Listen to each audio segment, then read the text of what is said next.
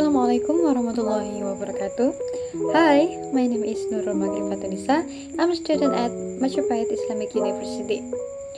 I made this video to fulfill my final semester assignment for psychology education course.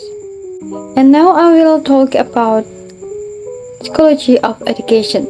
In this video, we will discuss about three sections or three pages. The first page is basic concept, the second is scope, and the last is application. In the first page, we will discuss about the basic concept. Do you know what is psychology education or what is educational psychology? So I will answer the question. Educational psychology is a study of how people learn, including teaching methods, instructional processes, and individual differences in learning. It explores the cognitive, behavioral, emotional, and social influences on the learning process. Educational psychologists use this understanding of how people learn to develop instructional strategies and help students' success in school. This branch of psychology focuses on the learning process of early childhood and adolescence. However, it also explores the social, emotional, and cognitive processes that are involved in learning throughout the entire lifespan.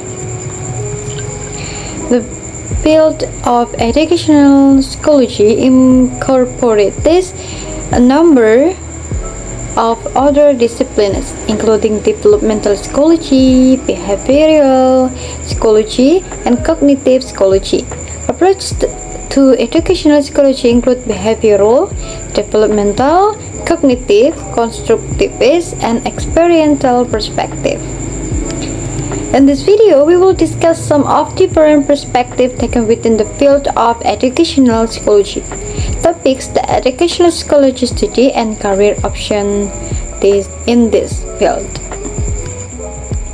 Move to second page. We will discuss about scope of this topic that I written by myself. Like other fields of psychology, researchers in educational psychology tend to take different perspectives when considering an issue. This perspective focuses on specific factors that influence learning, including learned behavior, cognition, experience, and more than it. Next, we will discuss about the main goal of educational psychology or psychology education. We have three main goals that is the first is understanding the learning process. It examines how individuals acquire knowledge, develop skill, and build understanding in educational settings. This includes studying cognitive process such as memory, attention, problem solving, and motivation. And the second is improve student development.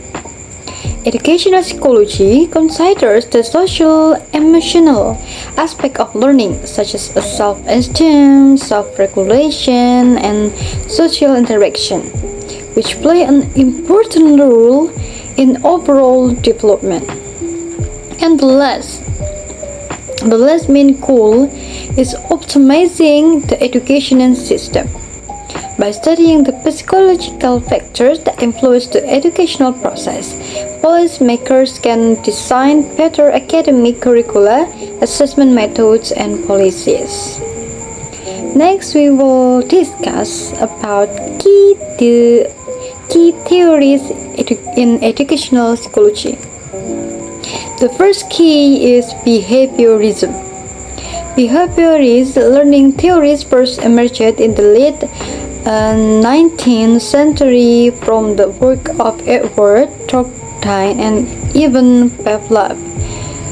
They were popularized during the first half of the 20th century through the work of John P. Watson, B. F. Skinner, and others. Behaviorism defines learning as observable, behavioral change that occur in response to environmental stimuli.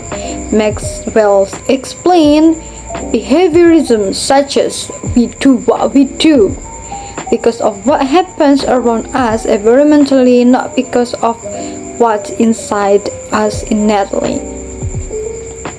The second key is cognitivism. It views behavior as a result of one's thought. Maxwell said that cognitivists try to understand how we learn, think, and behave by looking at how our mind works to process, integrate, perceive, decide, emote, and understand external sight. Cognitivism helps us see how we use our previous knowledge and experience to learn new things and develop.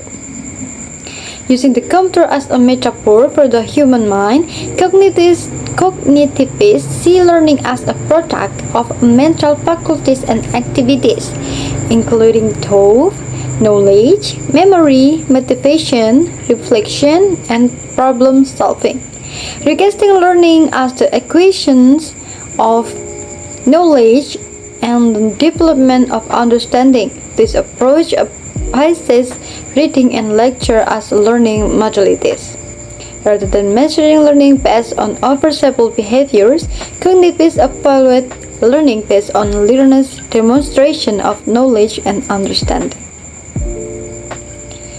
The third key is constructivism. Constructivism gained notoriety in the 1930s and enjoyed a resurgence in the 1970s.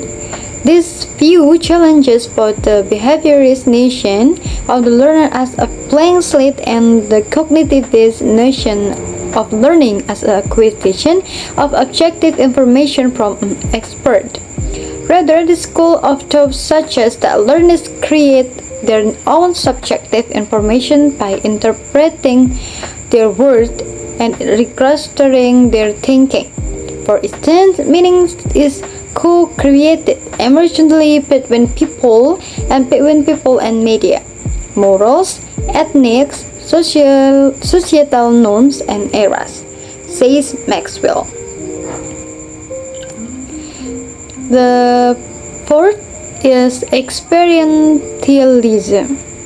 Maxwell states, in educational psychology, experientialism is applied with the teachers get students to work on real-world problems through project-based learning, or when students are involved in immersive activities that engage more than just our thinking brain.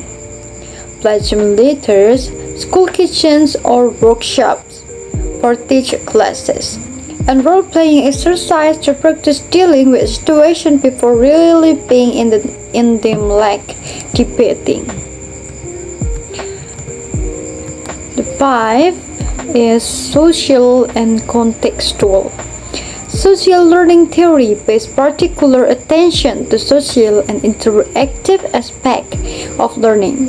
Albert Bandura, for example, emphasizes the roles that social observation and modeling play in learning, while Jean Leib and Etienne Wenger put forward that learning works best in a community that produces social capital. They believe this improves the health of the community and its members.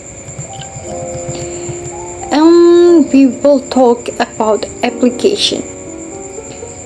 An example of the application of educational psychology is the assessment of learning outcomes. Learning outcomes will certainly be evaluated in accordance with the ongoing educational process. To carry out this assessment, an assessment framework is needed that has certain achievement standards. This term that usually refers to developmental psychology, so that later the results achieved by students can truly be objective. In addition, educational psychology can also be applied in curriculum preparation, formulation of learning objectives, formulation of learning strategies, adjustment of ability levels, and student analysis. That's all our talk about psychology educational. Thank you for watching. Assalamualaikum warahmatullahi wabarakatuh.